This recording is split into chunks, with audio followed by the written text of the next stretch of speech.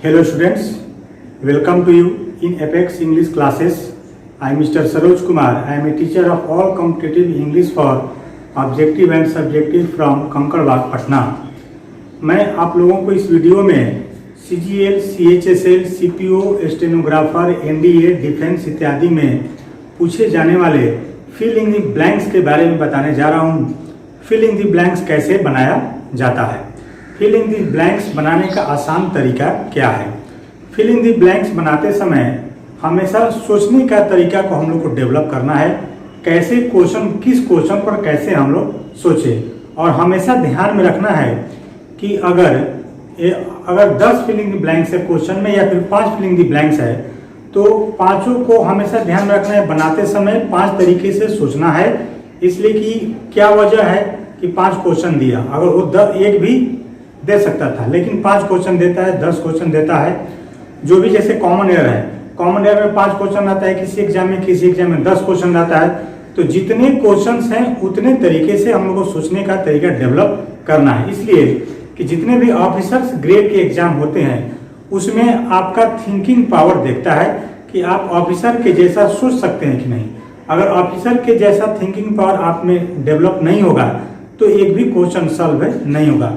कुछ क्वेश्चन तो फिक्स होते हैं, कुछ क्वेश्चन ऐसा फिक्स होंगे जिनको कि रटना पड़ता है और वो बनने लगता है, लेकिन कुछ क्वेश्चन पर अपने से सोचने का तरीका डेवलप करना पड़ता है। तो मैंने एक क्वेश्चन लिखा है और इस क्वेश्चन को मैं बताता हूँ एक्सप्लेन करके कि कैसे भरना है। और मेरा वीडियो को शुरू से अंत तक जरूर देखिए, आप लोग बार बार देखिए। जितना बार देखिएगा उतना बार धीरे धीरे सीखिएगा। तो वीडियो को बार बार देखना है आपको, लाइक सब्सक्राइब तो करना ही है। और मेरे यहाँ बेसिक से लेकर हाई लेवल तक इंग्लिश ग्रामर का क्लास होता है। और अब MTS, CGL, CHSL, bank PO इत्यादि का इंग्लिश और हिंदी दोनों मीडियम में डिस्क्रिप्टिव भी होता है। ठीक है, तो हम लोग फिलिंग द ब्लैंक्स को बनाते हैं। देखिए क्वेश्चन आपका कहता है, सबसे पहले हम लोग एलिमिनेशन विधि को अपनाएंगे। क्वेश्चन पढ़े बिना एलिमिनेशन विधि, तो एलिमिनेशन विधि का मतलब होता है ऑप्शन पर सबसे पहले हम लोग गौर करेंगे। अगर ग्रामर से या किसी तरह से कुछ ऑप्शन छंटता है तो उसको हम लोग वहां से छापने का प्रयास करेंगे। ठीक है, अब इसमें हम लोग देखिए सप्लाई में ईडी, सब में ईडी लगा हुआ है, तो इस हिसाब से एक भी क्वेश्चन हमारा छटा नहीं, एक भी ऑप्शन हमारा नहीं छटा। तब हम लोग दूसरे तरीके से इसमें सोचेंगे। ठीक है, अब देखिए इसमें करना क्या है। फिलिंग द ब्लैंक्स में क्लू वर्ड होता है, क्लू वर्ड। तो क्लू वर्ड को हम लोग को पकड़ना है और एक्सप्लेन कर देना। उस वर्ड को एक्सप्लेन अगर हम लोग कर देंगे तो आंसर हमारा आ जाएगा। ठीक है, तो कहते हैं कि the man for the purpose, यहाँ पर पर्पस लिखा है। पर्पस, पर्पस का मतलब क्या होता है? पर्पस का मतलब होता है उद्देश्य। जैसा कि आप जानते हैं पर्पस का मतलब होता है उद्देश्य। ठीक है, नेवर, देखिए नेवर डिड, कभी नहीं किया। व्हाट वाज एक्सपेक्टेड, जो आशा किया गया था। What was expected. The man for the purpose, कोई व्यक्ति है जिसको हम लोग उद्देश्य के लिए, देखिए यहाँ पर क्या कहते हैं फॉर, जिसको हम लोग किसी उद्देश्य के लिए, तो किसी उद्देश्य के लिए सप्लाई किए थे कि किसी उद्देश्य के लिए रखे थे, किसी उद्देश्य के लिए कहता है तो हम लोग उसको रखे थे। नेवर डिड, यहाँ पर देखिए डिड मेन वर्ब का काम कर रहा है, V2। डिड यहाँ पर किसका काम कर रहा है? मेन वर्ब का, V2 का काम कर रहा है, डू का। ये डू का हो गया V2, तो इसके लिए सब्जेक्ट कौन हो गया? The man. तो वह आदमी कभी नहीं किया, वो आदमी कभी नहीं किया। व्हाट वाज एक्सपेक्टेड, व्हाट का मतलब हो जाएगा जो, what was expected of him, expect के साथ ऑफ तो ठीक है लगता है, जो उससे आशा किया गया था। देखिए एक्सपेक्ट मींस क्या है? आशा करना पैसिव वॉइस में है। तो यहाँ पर व्हाट का मतलब क्या नहीं होगा? जो होगा। अगर यहाँ पर व्हाट का मतलब क्या होता है तो यहाँ पर प्रश्नवाचक के चिन्ह अवश्य होता है, लेकिन यहाँ पर इंट्रोगेटिव सेंटेंस ये नहीं है। ठीक है, तो कहता है कि the man for the purpose, ऐसे समझना है। तो पर्पस शब्द को हम लोग डिफाइन करना है कि किसी आदमी को हम लोग उद्देश्य के लिए रखे थे, पास्ट में सभी है रखे थे, लेकिन वो आदमी द मैन नेवर डिड, वो कभी नहीं किया। हम लोग रखे थे लेकिन कभी नहीं किया। What was expected of him, जो उससे हम लोग आशा किए थे, यानी कि जिस काम के लिए उस आदमी को हम लोग रखे थे वो आदमी कभी भी काम नहीं किया है। अब हम लोग भरेंगे। अब देखिए तो यहाँ पर इसका आंसर सी हो जाएगा एम्प्लॉय। एम्प्लॉय का मतलब क्या होता है? रखना, नौकरी पर लगाना। तो अब यहाँ पर होगा कि the man who was employed, who was employed, EMPLOYED, who was employed. अब देखिए ऑप्शन में केवल एम्प्लॉयड है, लेकिन मैंने यहाँ पर हु वाज अलग से जोड़ दिया। तो हु वाज मैंने इसलिए जोड़ा, इसको कहते हैं zero relative pronoun. Zero relative pronoun का चर्चा पिछले वीडियो में, कॉमन एयर वाले वीडियो में देखिए विस्तार से हुआ है। जीरो रिलेटिव प्रोनाउन उसको कहते हैं जिस सेंटेंस में हु, विच और दैट का लोप हो जाता है। रिलेटिव प्रोनाउन में कौन कौन आता है? हु, विच और दैट। तो जिस सेंटेंस में हु, विच और दैट का लोप हो जाता है और उसके साथ हेल्पिंग वर्ब भी लुप्त हो जाता है, उसको जीरो रिलेटिव प्रोनाउन हम लोग कहते हैं। और इस स्थिति में सब्जेक्ट के बाद V3 या V4 आता है। अगर पैसिव में सेंटेंस है तो सब्जेक्ट के बाद V3 आएगा, अगर एक्टिव में सेंटेंस है तो सब्जेक्ट के बाद V4 का प्रयोग किया जाएगा। देखिए उसी तरह से द मैन एम्प्लॉयड, अब मान लिया पर हु वाज हम हटा देंगे, हु वाज नहीं दिया, हो सकता है ऑप्शन में किसी में हु वाज भी दे दे, मगर यहाँ पर नहीं दिया है। तो द मैन एम्प्लॉयड, यहाँ पर हु वाज छुपा हुआ है, हु वाज अपने से जोड़ दिए। तो वह आदमी, अब यहाँ पर क्या हो जाएगा? जिसको, पैसिव वॉइस में सब्जेक्ट पर घटना घटता है, तो वह आदमी जिसको रखा गया था, एम्प्लॉय में क्या होता है? रखना, जिसको रखा गया था फॉर द पर्पस, किसी उद्देश्य के लिए रखा गया था। तो फिर द मैन नेवर डिड, वह आदमी कभी नहीं किया जिस उद्देश्य के लिए रखा गया था। What was expected of him, जो उसे आशा किया गया था। तो हम लोग को फिल इन द ब्लैंक्स में सबसे पहले एलिमिनेशन विधि अपनाना है। अगर एलिमिनेशन विधि से कोई ऑप्शन नहीं छटा तो ध्यान में रखना है ट्रिक हमेशा कि किसी ना किसी वर्ड को, एक दो वर्ड जरूर रहेगा फिल इन द ब्लैंक्स में। अगर हम लोग उसको एक्सप्लेन कर देंगे तो आंसर हमारा बिना ऑप्शन के चलाएगा। अब कभी भी बनाते समय ये काम नहीं करना है कि पहले इसको भर के आंसर देखे, फिर इसको भर के देखे, फिर इसको भर के देखे, फिर इसको भर, कभी नहीं आएगा। बिना भरे हुए इसको मीनिंग समझने का प्रयास करना है, आंसर आपका खुद ब खुद चलाएगा। अब भरते हैं द मैन सप्लाइड, वो आदमी जिसे सप्लाई किया गया था पर्पस के लिए नहीं, किसी पर्पस के लिए आदमी को हम लोग सप्लाई नहीं करते हैं, गुड्स का सप्लाई करते हैं, आदमी को हम लोग रखते हैं कोई काम करवाने के लिए। फिर कहता है कि the man favoured for the purpose, purpose के लिए फेवर किया था, बिल्कुल गलत है, नहीं होगा। साइड का मतलब दृष्टांत देना, उदाहरण देना, वर्णन करना, ये तो बिल्कुल नहीं होगा। तो इस तरीके से हमको फिल इन द ब्लैंक्स बनाना है, और फिल इन द ब्लैंक्स बनाने का तरीका यही है। कैसे? सोचे, सोच सिर्फ हम लोग को डेवलप करना है।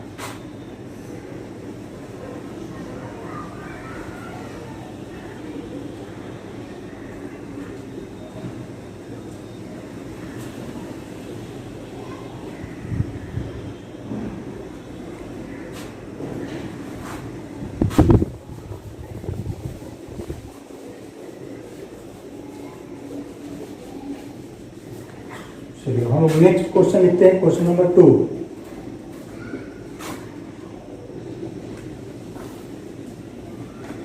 देयर वाज ए सीरियस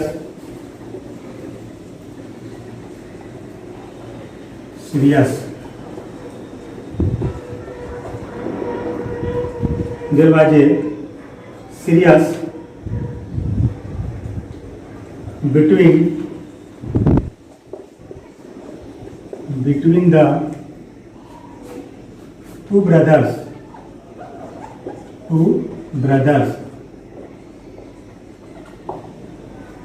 पहला ऑप्शन अल्टरेशन,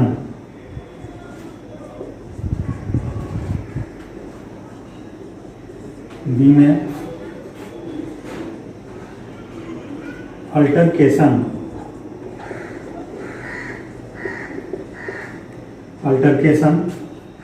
सी ऑप्शन एबरेशन, ABERRATION,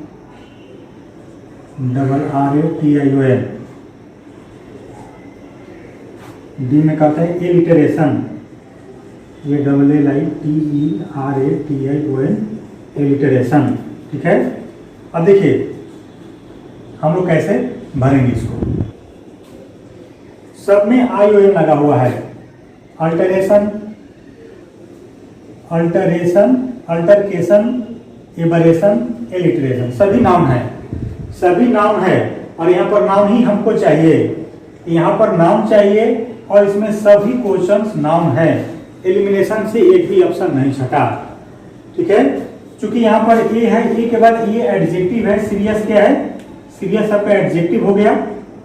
अब हम एडजेक्टिव प्लस हमारा क्या चाहिए, नाउन चाहिए, सभी ऑप्शन में नाउन है, एक भी ऑप्शन हमारा एलिमिनेशन विधि से नहीं छटा। अब क्या करेंगे, कहता है अब देखिए there was a serious, serious का मतलब क्या होता है, गंभीर, सीरियस मीन्स होता है गंभीर, बिटवीन द टू ब्रदर्स, दो भाइयों के बीच में गंभीर। तो सीरियस कैसा वर्ड है, निगेटिव वर्ड है कि पॉजिटिव वर्ड है, सीरियस निगेटिव वर्ड में हम लोग लेते हैं, सीरियस क्या है, निगेटिव वर्ड है। तो जब एडजेक्टिव निगेटिव है तो इसके बाद जो भी वर्ड आएगा निगेटिव आएगा। दो भाइयों के बीच में गंभीर कुछ हुआ है, तो गंभीर है तो गंभीर कुछ हुआ है। अब मीनिंग देखते हैं, अल्टरेशन का मतलब होता है परिवर्तन, मीनिंग लिखते हैं, इसका मतलब होता है परिवर्तन, इसका मतलब होता है विवाद, विवाद या झगड़ा, झगड़ा। एबरेशन का मतलब होता है पथ से भटकाव, इसका मतलब होता है पथ से भटकाव। और एलिट्रेशन, एलिट्रेशन का मतलब होता है अनुप्रास, अनुप्रास। ठीक है, बी आंसर हो जाएगा, विवाद या झगड़ा। तो there was a serious alteration, altercation, गंभीर विवाद हुआ था, बिटवीन द टू ब्रदर्स, दो भाइयों के बीच में। तो इसमें क्या किया हम लोग, नाउन देखे, यहाँ पर नाउन की आवश्यकता है मगर सभी नाउन है, उस आधार पर कोई नहीं छटा। तो सीरियस वर्ड को हम लोग डिफाइन किए कि सीरियस कैसा वर्ड है, सीरियस मीन्स होता है गंभीर, तो गंभीर। अच्छा, अब उसके बाद मीनिंग जानना पड़ेगा। अब इसमें क्या किया है कि सब एक ही टाइप से दिया है, ध्यान रखना, वर्ड मीनिंग पढ़ते समय बहुत सारा मिलता जुलता वर्ड को आपको ध्यान में रखना होगा कि इसका मीनिंग क्या होता है, तब बनेगा, वरना आपका नहीं बनेगा। तो सभी क्वेश्चंस में देखिए आपका दिया हुआ है अल्टरेशन, परिवर्तन, विवाद, झगड़ा, एबरेशन, पथ से भटकाव। इस तरह से मीनिंग आप जानिएगा, आंसर फटाक से बना दीजिएगा।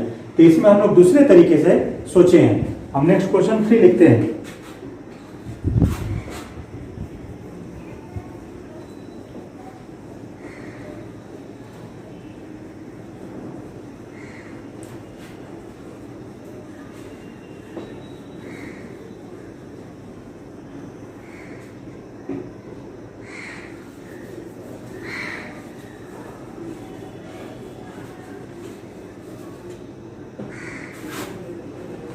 Question number 3.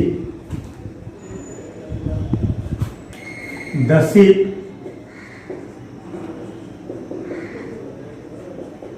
with its crew gone to the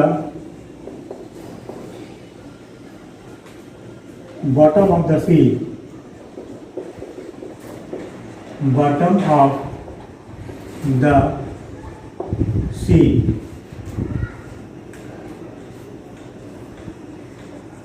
Has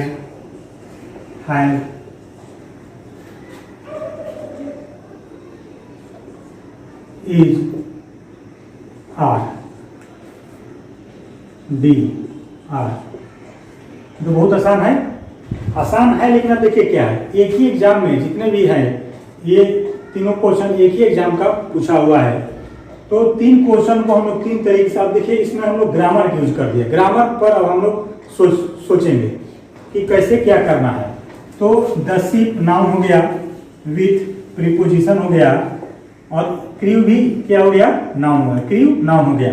तो noun plus preposition plus noun, तो ये वर्ब पहले वाले नाउन का अनुसार होता है। ये तो ग्रामर का रूल है कि जब भी noun plus preposition plus noun होगा तो इस वर्ब का प्रयोग पहले वाले इसके अनुसार होगा। तो जब द शिप सिंगुलर है तो सिंगुलर के लिए आप हैज भी लिख सकते हैं, इज भी लिख सकते हैं, दोनों लिख सकते हैं। तो हैज के बाद V3, इज के बाद भी V3। देखिए क्या करता है, हैज के बाद भी V3, इज के बाद भी V3। तो हैज के बाद V3 एक्टिव वॉइस में होता है, इज के बाद V3 पैसिव वॉइस में होता है। तो गौर करना पड़ेगा कि सेंटेंस में हम लोग को एक्टिव की आवश्यकता है कि पैसिव की आवश्यकता है। तो इसका आंसर कौन हो जाएगा, ये हो जाएगा। एक्टिव की आवश्यकता है, हैज हो जाएगा, the ship with its crew, ship अपने समूहों के साथ has gone to the bottom of the sea के बॉटम तक जा चुका है। ठीक है, जा चुका है, एक्टिव की जरूरत है। अच्छा, अगर आप इज भरते हैं यहाँ पर हैज के बदले इज, तो इज से हिंदी कीजिए, मीनिंग आएगा ही नहीं। इज शिप को जाया जाता है, शिप को जाया जाता है, शिप को जाया जाता है, कभी नहीं होगा, बिल्कुल गलत है, एक्टिव की आवश्यकता है। तो इस क्वेश्चन पर हम लोग ग्रामर से सॉल्व किए। ग्रामर सॉल्व करने के लिए ग्रामर का हम लोग क्या किए, इस्तेमाल किए, माइंड लगाए। तो जितने तरह का क्वेश्चन होगा एग्जाम में हमेशा ध्यान में रखना है। अगर 5 क्वेश्चन है, 10 क्वेश्चन है, तो 10 क्वेश्चन को 10 तरीके से आपको सोचना पड़ेगा, 5 क्वेश्चन को 5 तरीके से सोचना पड़ेगा। तो क्वेश्चन बनाते समय हमेशा ध्यान में रखें कि डिफरेंट टाइप का क्वेश्चन आपको एग्जाम में पूछा जाता है। पूछने का तरीका सब अलग अलग होता है और डिफरेंट क्वेश्चन पर डिफरेंट टाइप से हम लोग को सोचना है और बनाना है। तो क्वेश्चन बनाने के लिए हम लोग को सिर्फ सोच डेवलप करना है, इसलिए कि ऑफिसर ग्रेड के एग्जाम में हमेशा आपका अपना माइंड देखता है एग्जाम में क्वेश्चन सेट करने वाला, कि आप अपने तरीके से कुछ हट के सोच सकते हैं कि नहीं। क्लियर? चलिए next question.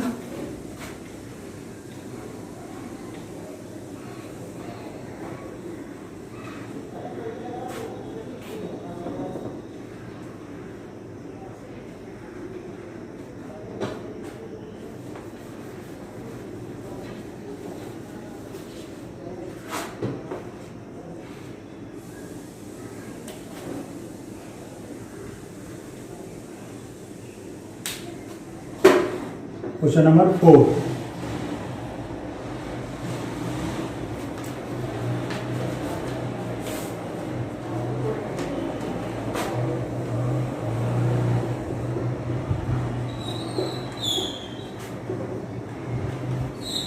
See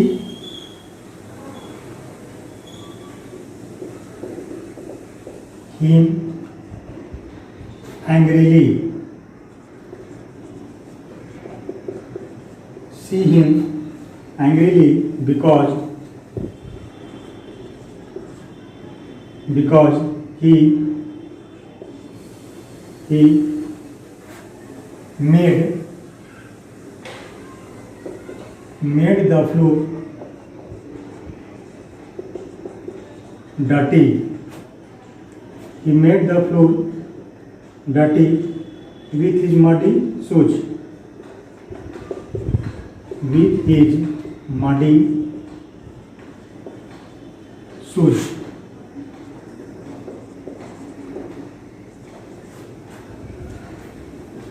Scold. The scolds.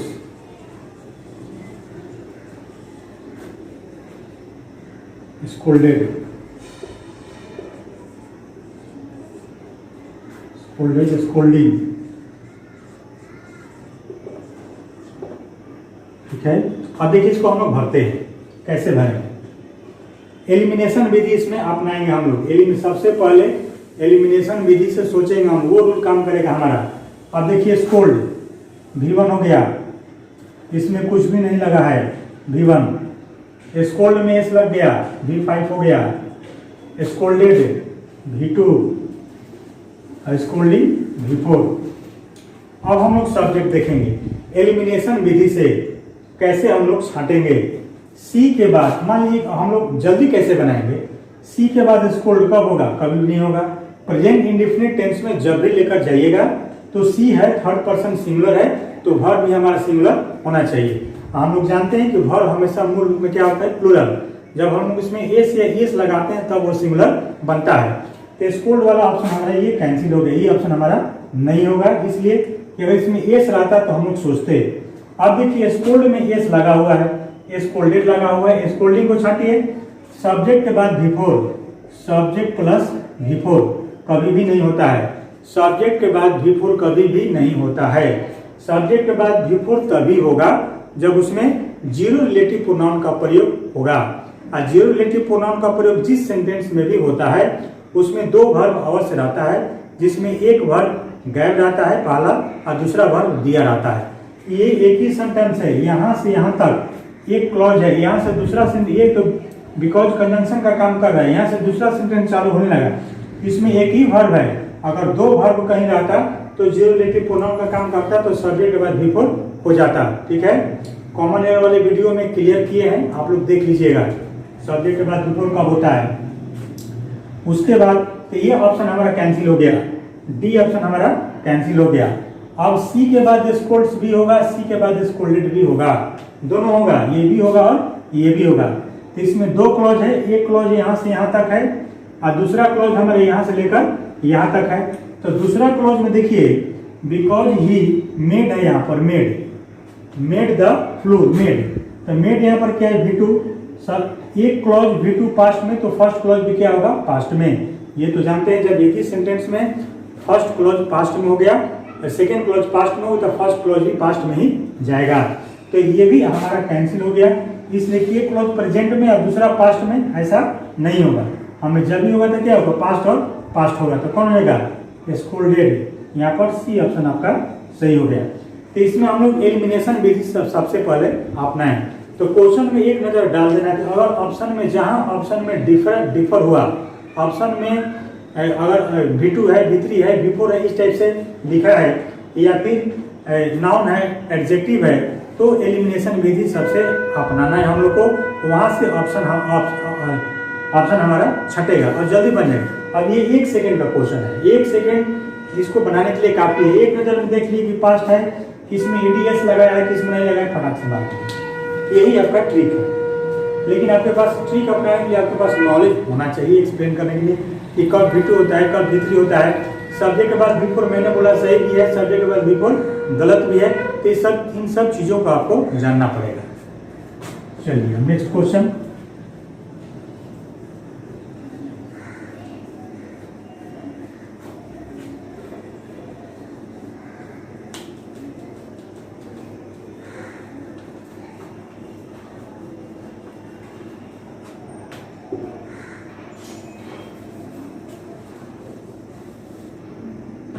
Question number 5.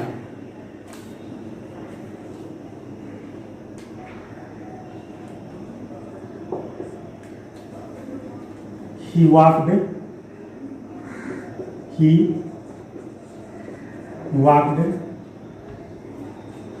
along the road.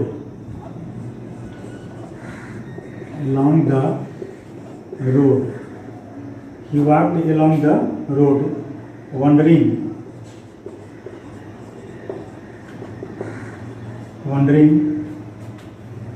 what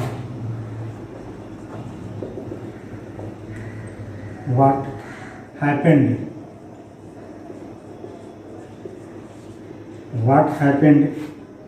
and where all the people had gone. All the people had gone. E option had, B has, C had, D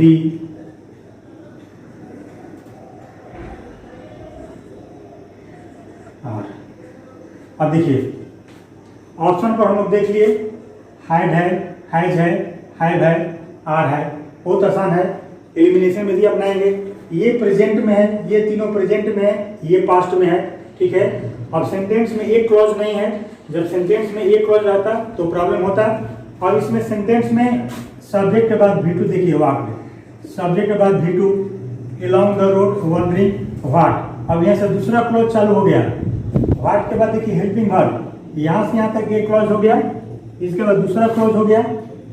हाइपेंड V3 है, हाइपेंड क्या है, V3 है, तो had के बाद V3, has के बाद V3, have के बाद V3, आर के बाद भी V3 होता है। एंड देखिए, एंड कंजंक्शन हो गया, where all the people had gone, देखिए हैड यहाँ पर आ गया, had.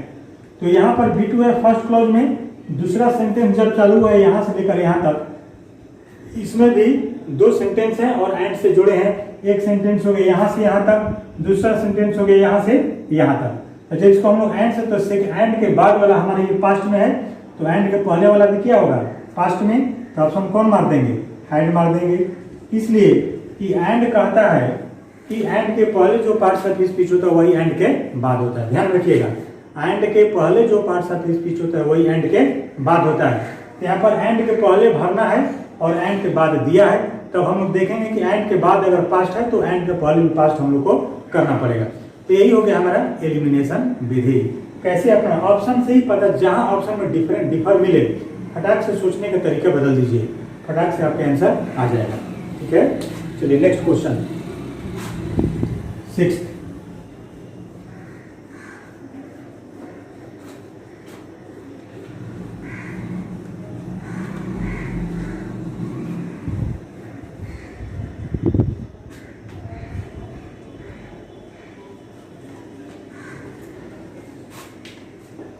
Question number 6।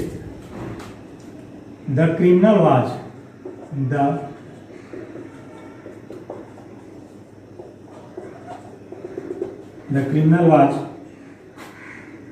least he should escape.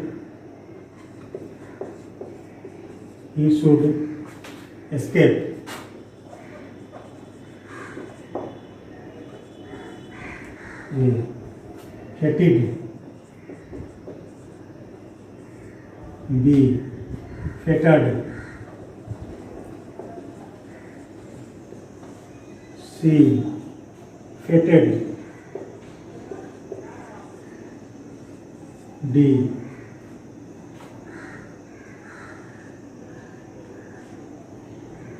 Fettered.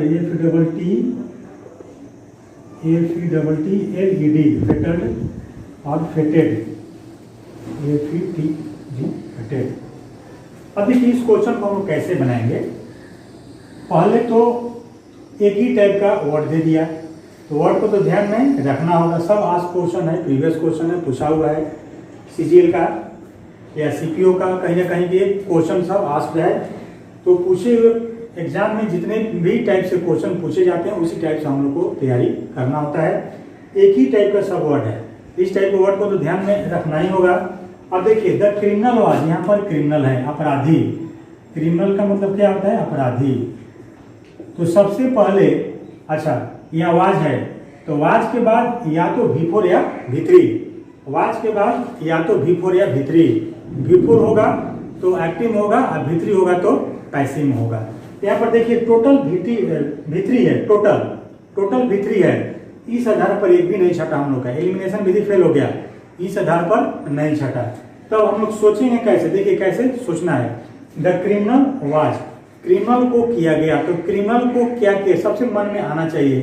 Criminal के साथ अच्छे से व्यवहार किया जाता है, क्रिमिनल के साथ बुरे से व्यवहार किया जाता है, क्रिमिनल के साथ क्या किया जाता है, इस चीज को हम लोग को सोचना है। ठीक है, लिस्ट का मतलब होता है कहीं ऐसा ना हो कि, लिस्ट का मतलब क्या होता है, कहीं ऐसा ना हो कि ही शुड एस्केप, वह बच जाए। देखिए क्या कहता है, लिस्ट ही शुड एस्केप, कहीं ऐसा ना हो कि वह बच जाए। तो क्रिमिनल को क्या करेंगे हम लोग, उसको नहीं बचने के लिए उसको दंड देंगे। क्लियर, आगे से कहते हैं कि लिस्ट ही शुड एस्केप, इसका मतलब, लिस्ट का मतलब हो गया कहीं ऐसा ना हो कि, इसका मतलब होता है कहीं ऐसा ना हो कि, लिस्ट का मतलब तो कहीं ऐसा ना हो कि बच जाए, तो क्रिमिनल को हम लोग पकड़ेंगे कहीं ऐसा ना हो कि बच जाए। अब इसमें फेटिड का मतलब होता है दुर्गंध भरा। मीनिंग अब जानना पड़ेगा आपको, दुर्गंध भरा, दुर्गंध से भरा हुआ बिल्कुल नहीं होगा। फेटेड, जंजीर में बांधना, जंजीर में बांधना। ठीक है, फेटेड का मतलब होता है मरम्मत करना,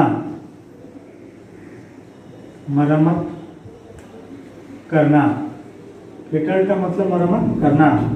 फेटेड का मतलब होगा सम्मानित करना, सम्मानित करना।